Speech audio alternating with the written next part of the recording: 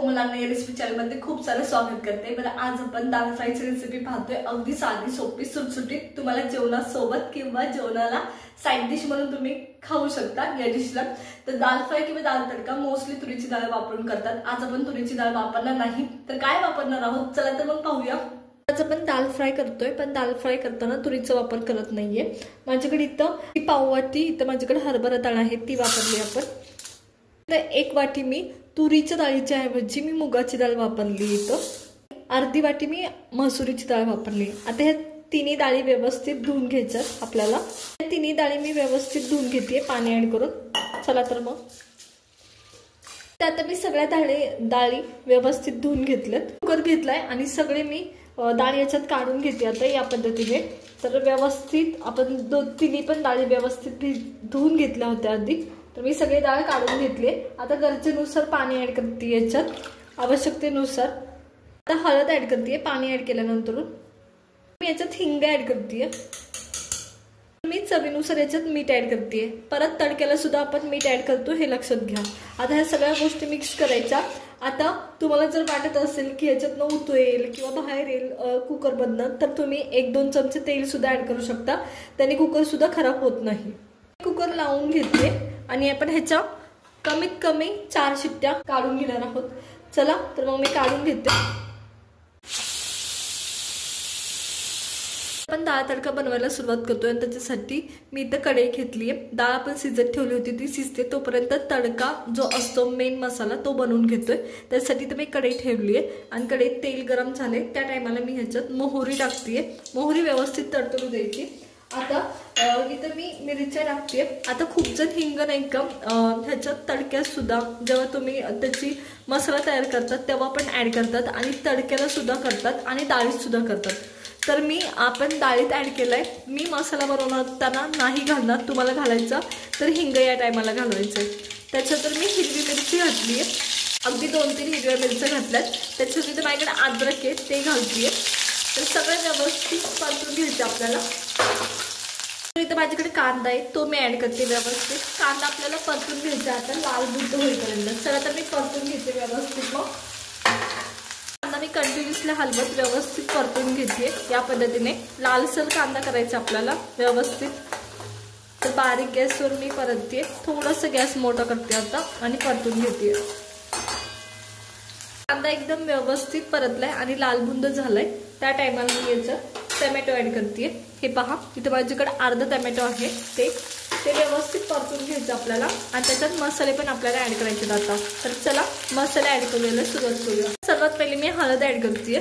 इथं लाल मिरची पावडर ऍड करते। आता लाल मिरची पावडर ऍड करताना सुद्धा एक गोष्ट लक्षात ठेवायची की आधी सुद्धा तुम्ही हिरवी मिरची ऍड केलेली असते आणि लाल मिरची पावडर तुम्ही तडक्यात सुद्धा ऍड करणार असतात, त्या दृष्टीने करायची। तर चला इथं मी केली आहे। पावडर ऍड केल्यानंतर 1 मोठा चमचा किंवा 1.5 चमचा मी धनेपूड ऍड करते। आता सगळ्या गोष्टी मिक्स करायच्या, व्यवस्थित परतून घ्यायच्या जोपर्यंत टोमॅटो व्यवस्थित शिजत नाही तोपर्यंत। तर चला मी परतून घेते सगळ्या गोष्टी व्यवस्थित। मसाले करपतात ते असं वाटत असेल तर थोडंसं पाणी ऍड करायचं। आता एक लक्षात घ्या, आता इथे आपण नाही का टोमॅटो शिजवून घेणार आहे, पण जेव्हा तुम्हाला खूप जास्त घाई असते ना त्यावेळेस सरळ हा डायरेक्ट मसाला तुम्ही तुमच्या डाळीत टाकून 1-2 शिट्ट्या काढल्या ना तरी व्यवस्थित होते डाळ तडका, त्याला काही होत नाही।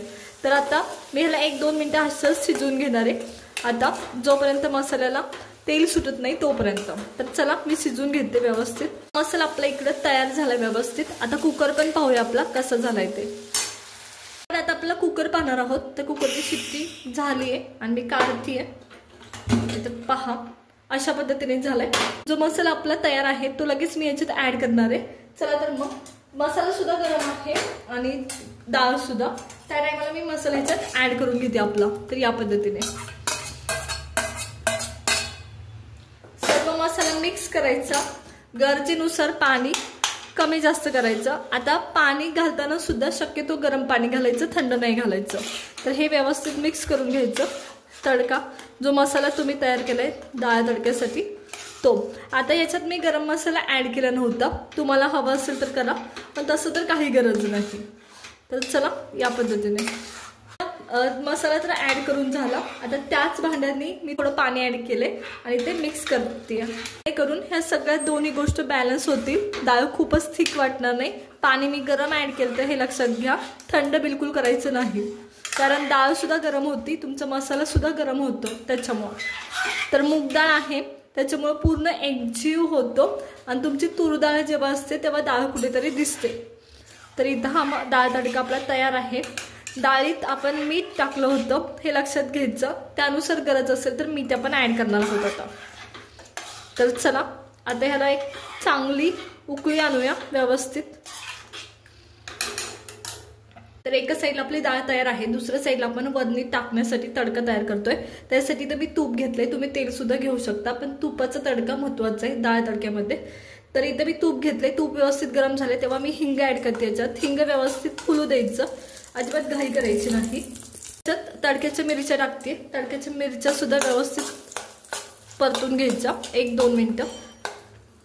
मिरच्या 1-2 मिनिटं परतल्या तेव्हा गॅस बंद करायचा, आपण मिरची पावडर ऍड करणार आहे।